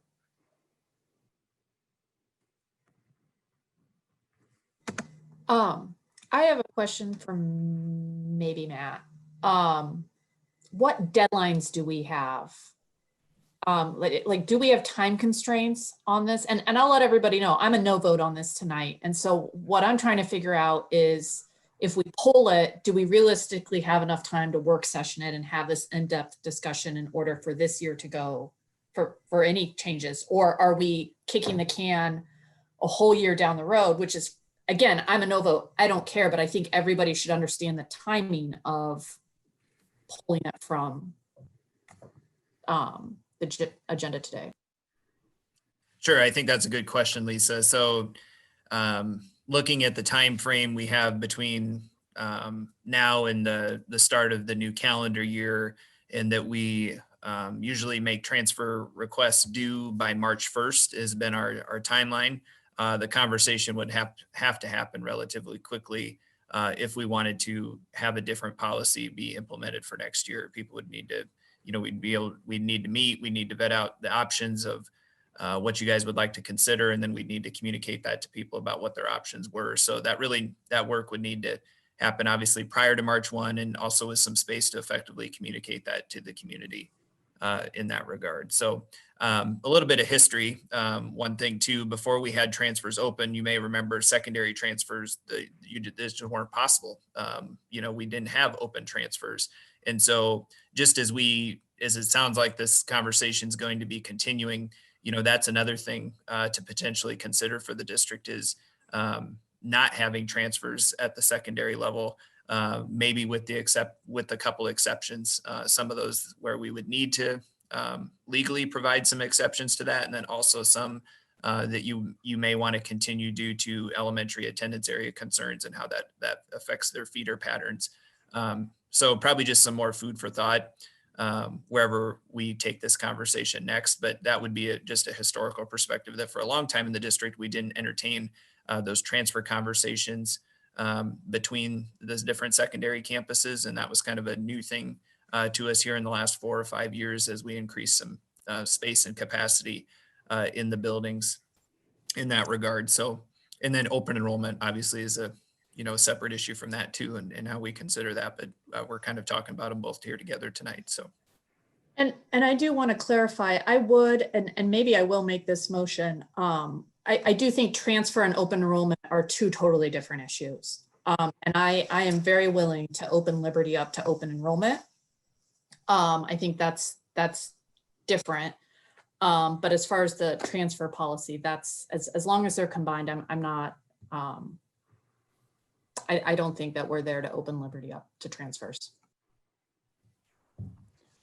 I was gonna jump in on there, and you kind of beat me to the punch a little bit, Lisa. I do think that if we're, reading the writing on the wall a little bit, if we're looking at, coming up with what ends up a more stringent policy at our secondary schools than what we're currently at, I think we're looking at a much longer time frame, possibly not go into effect next fall.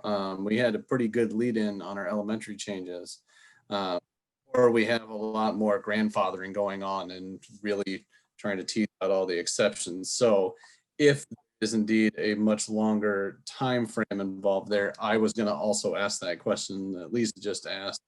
Would it be prudent in the shorter term to open it up for open enrollment? I know that the main argument there is that we're giving students in other districts an opportunity that students in our own district cannot do. And that's a hard one, right? I also know that we are going to be struggling for money in the next couple of years, just the way the world is. And if we can get more students in by open enrollment, that's a good thing. So I'm trying to weigh those two things against each other. So it sounds like there's support to at least not vote on what we have in front of us. I'm not sure what the appetite is from everybody if we did separate the two questions to put open enrollment up on the table tonight. And it doesn't have to happen tonight either. If we want to wait until the work session and discuss the two different things together, but as two separate pieces, we can do that too. I would like to hear if that's kind of the preference from the board direction, I guess. I could support that. I do see those pretty differently. If you're open enrolling from another there are things that we offer in this district that no other district can touch a tenth of what we have. I don't think that's true at any of our high schools. I think all of our high schools are top notch. So for me, I can see that. I will say, I'm not in favor of completely closing transfers. And that's not something I'm going to vote for. If it comes up that we totally close transfers, I wouldn't support that. I can support some exceptions. I can import transfers with, with some limitations, but I'm not looking to totally close the process. So that's where I'm at. Could I ask a question, Sean, Matt? Does the current transfer policies for secondary high schools include the ability, or secondary schools, high schools and junior high, include options for Alexander and Kirkwood students to attend Right. high school Well- out of their attendance, assigned attendance? Yeah, and and just connecting it even to JP's comment there, that's why I said if you were going to do anything with closed transfers, you would still want to consider some exceptions for your elementary attendance areas. I think we've all had the conversation that with the Kirkwood campus really being the same campus as Northwest, I don't envision a scenario where we would ever consider a transfer policy that wouldn't allow those students to transfer to Northwest. Same kind of conversation with Alexander students to Southeast. As we've always had this conversation, we've been pretty lockstep on those options needing to be there. So even if you limited transfers throughout the secondary system elsewhere, I think you'd still have some exceptions that you'd want to consider for elementary attendance areas, namely those two specific examples that we would want to keep on the books and the availability for that. So it does allow them that option, Charlie. We do have Kirkwood students that transfer to Northwest instead of attending North Central as they're assigned. Similar with the Alexander situation between Northwest and Southeast. We can bring that back and talk about, different options that would be available when considering a secondary transfer policy. There would be, I think, some very intriguing parts of having a policy that look very similar at all levels.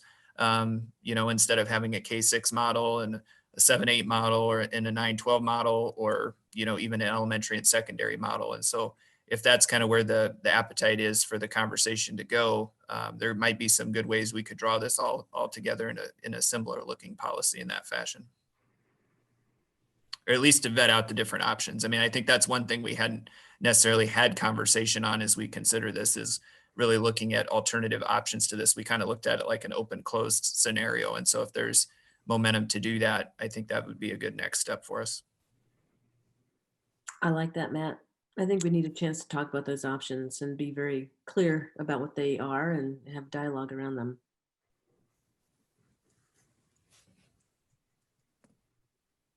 So at this point, I guess I could sit here and be really quiet and see if anybody wants to make a motion. And if nobody does, we just are deferring it.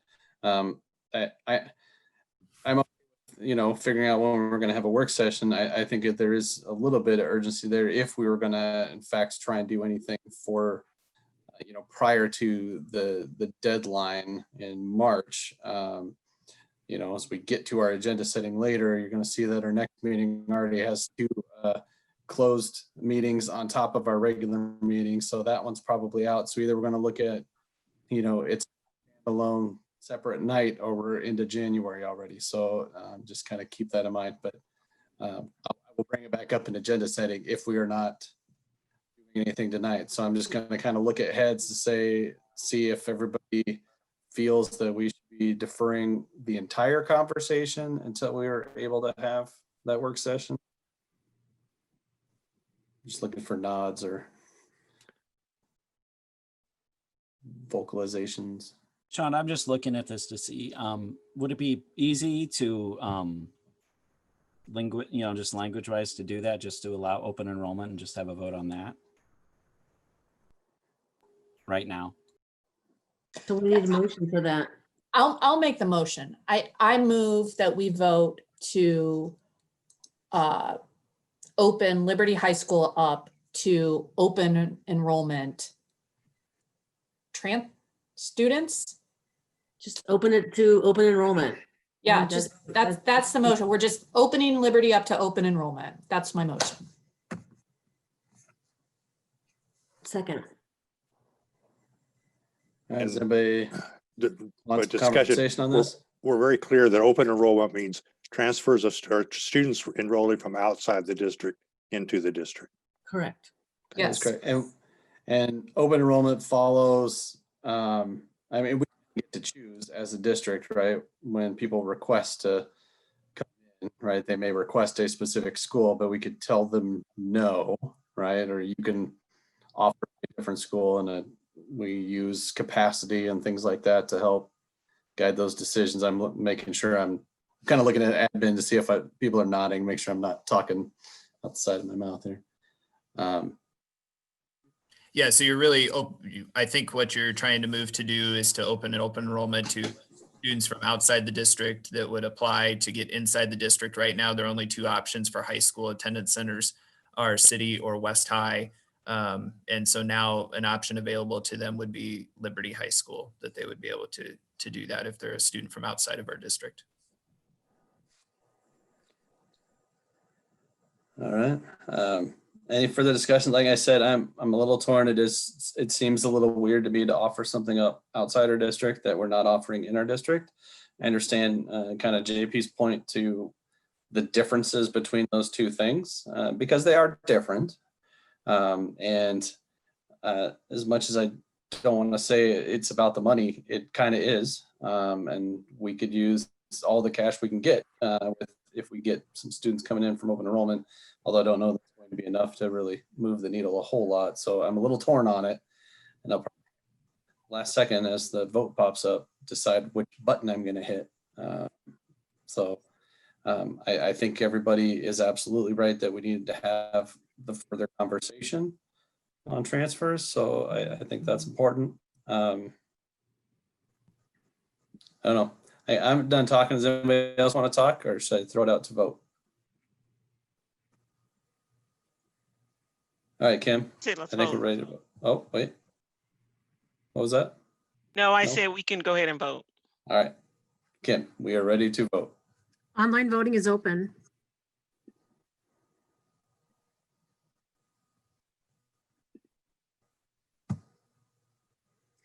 All votes have been cast and the motion carries with directors Godwin, Clausen, Eystone, Eastham, and Williams voting yay. Director Malone voting nay, and Director Etsy abstaining. All right. Thanks, everyone. We'll try and figure out how we can fit in the rest of that conversation into our schedule here shortly. We do have one other action item before we get into agenda setting. And it's looking at dismissing our pending litigation. As you're aware, we had a joint suit along with ISEA trying to get some local control, not really feeling comfortable with some of the numbers and the guidelines coming from the state in terms of when we could or could not move between our different models and things like that. We recently we lost in our initial court hearing, and we filed for interlocutory appeal, and that was denied. So we're at a point now where if we continue with the trial, it might not even go to trial until after the school year is over, which doesn't really help us a whole lot. There also could be some dangers in the current legislature in the state coming back together and basically rewriting Senate File 2310, which is everything was based on anyway. And it could kind of go to our detriment on when we can or can't provide some online school. So those things kind of together, we're looking to file, or basically to do a joint dismissal with ISDA. It was in our legal counsel and their legal counsel together are agreeing that it's probably the best at this point is to dismiss the suit. So we would need to take action on that. So that's some background on there. I don't know, do any directors have any questions, or does anybody from the admin team want to weigh in at all? No, I think you summarized it well, Sean, with all the points or the kind of the reasoning behind dismissing the suit at this point. If there's no questions or other discussion, I would entertain that motion. I will move that we consider dismissal of pending litigation regarding limits on online education. Second. And I'll just add that even though I think we're right, there's no point to keep pushing this because we're not going to win this fight this time.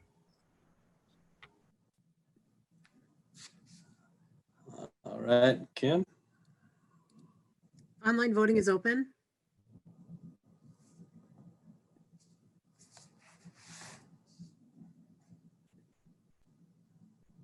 All votes have been cast and the motion carries with all directors voting in favor.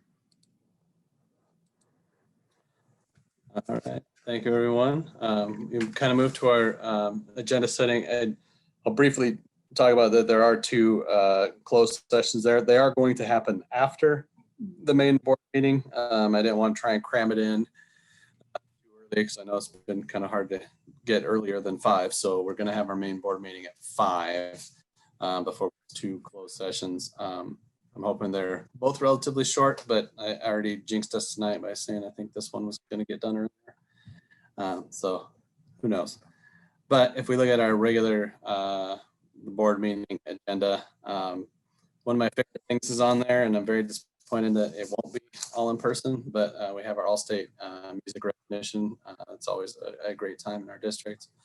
And then our student reps and ICA updates, regular consent agenda.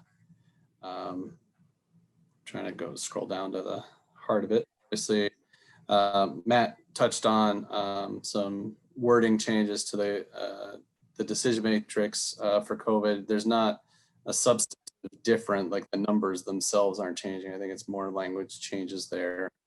And then another return to learn update, as we already discussed earlier tonight.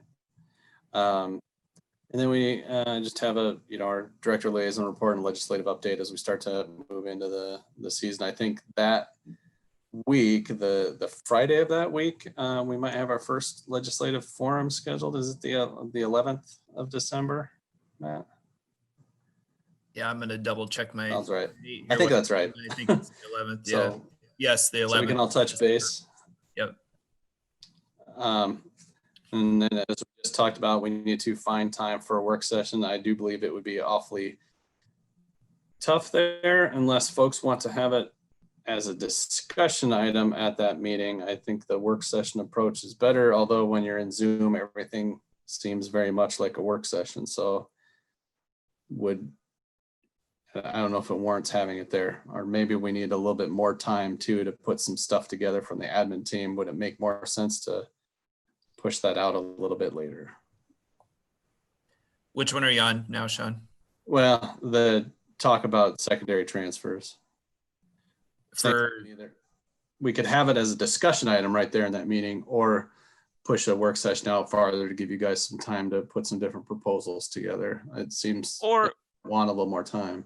so can I just chime in, or would it be helpful, Matt, I don't know, to the admin team to have a little bit more of a discussion with board members on what it is we're thinking, so that way you can start pulling stuff together or information on how, I don't know. Yeah, I think we just as well keep the conversation moving so we have some framework of how we can put together something that you guys want to consider. So I think we can definitely come back to it again. I think, we probably won't have a product for you at that point, but I do think, like Ruthina said, having a conversation around some of the framework and probably some of the important values you want in that transfer policy, that'll give us some guidance. And then we could come back with a closer product in January by that point. So that would be fine. Okay, yeah. So let's go ahead and put that on there as a discussion item then for the 8th. With the closed sessions after it, I don't want the agenda to be too big, but is there anything else that directors think we need to hit on before the end of the calendar year, I guess? I don't think this needs to go on, but I just wanted to ask about Pearl again. Is that conversation better left to start in the committee?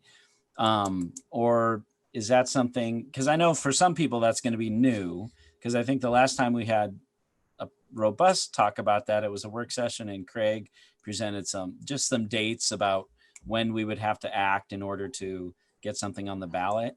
To me, it didn't seem like that was I think the heaviest lift was what will we do at the time the board asked, they wanted more specific ideas about what we were planning to do with the money. So I don't know if that's a longer conversation for the facilities committee, because whether you put something like Pearl tax on the ballot is going to affect anything else we might put on a ballot. or if that can be a separate conversation and move pretty quickly. And I'm okay either way. I just kind of want to know, how to proceed with that, because I would like to talk about it and decide whether we're going to pursue that or not. I had envisioned it as going to that facilities committee first, but that's just what was in my head more than anything else. I don't know that it has to, but it made sense to me if we were going to have them take up the FMP conversation. I thought they kind of went hand in hand. We could kind of divorce the two things from each other. I just don't want it to get lost. I think when you're talking about grand plans of the FMP, the Pearl tax does not weigh heavily in that conversation. So I think it's easy to just say, it's only $800,000 and we have to spend it on playgrounds and not do anything about it, especially when you're talking about potentially larger projects that are going to kind of dwarf that potentially. So then how about this from our board direction to our committee? How about at your first meeting, talk about Pearl, please? Yeah, I mean, that's what I was thinking. Direct us to address Pearl and come up with a plan of action around it. And I think then we'll take that direction and work on it and bring it back. That sounds good to me. Sean, do you have a clever way to issue that direction with maybe an accent or something? I think he just did. He's smiling. Well, we do a lot of pirate jokes, and I'm picturing trying to work into the Black Pearl, but I'm just going to fail. So I'm just going to let it go and say, here's your direction. Go for it. No accents tonight. So Sean, in terms of agenda setting, if there's interest on the board of having Laura do a presentation to us on her work in developing with teachers and staff cultural responsiveness and proficiency, I wonder if we could do that at or invite Laura to and Matt to make a proposal to us about how to get that done. I hate to suggest an hour-long work session, but I'm not sure what she may have some things in mind that would make that go relatively easy for us, or not easy, faster for us. Thanks for reminding me, Charlie. I wrote it down and then I forgot to bring it up. I do think we kind of put it in our board goals that we're going to do more learning as a board, more development as a board. So I think that's spot on, and we could kind of do it as a retreat type option, right? And we can pick a day that works for everybody, specifically Laura and whoever else would be participating. If a Saturday works, a Saturday works. If a different night of the week works. So we will, I guess, in discussions with Matt and then Laura through Matt, I suppose we can try and work out what kind of time frame would work for that. Okay, sounds very good. Thanks. Yeah, we can talk about some dates and get some potential opportunities back to you guys. Yep. And I'd be hopeful when we do that, because I would like to be a good student. And, after a long board meeting, I don't, having the energy to engage in that kind of profession or that kind of PD. So hopefully we can pick a time where we're all be, fresh and really ready to be good students. I also wonder, speaking of this PD, if there's an opportunity to maybe do it in smaller groups so that we don't have to do it in the sense of a formal board meeting, but maybe combine with some of the admin team and some of the board members and do it as a group together. Just an option. Throw that into the conversation. Thanks, Lisa. Is there anything else for the 8th? All right. If not, we are at our end. And so before I take a motion to adjourn, it's a week of Thanksgiving. So I just want to tell you all, I'm thankful for all of you and all of the work that you do. I know it's a lot. We spend a lot of time staring at each other's little faces and little boxes. And our last meeting, we did that for like 4 or 5 hours straight. So I'm also thankful that this time it was less than that. But I hope everyone has a safe and healthy time off if you're not working all the rest of the week. With that, I would entertain a motion to adjourn. So moved. Second. All right, all in favor? Aye. Aye. All right, thanks everyone. Y'all Happy take Thanksgiving. care. Happy Thanksgiving. Thank you.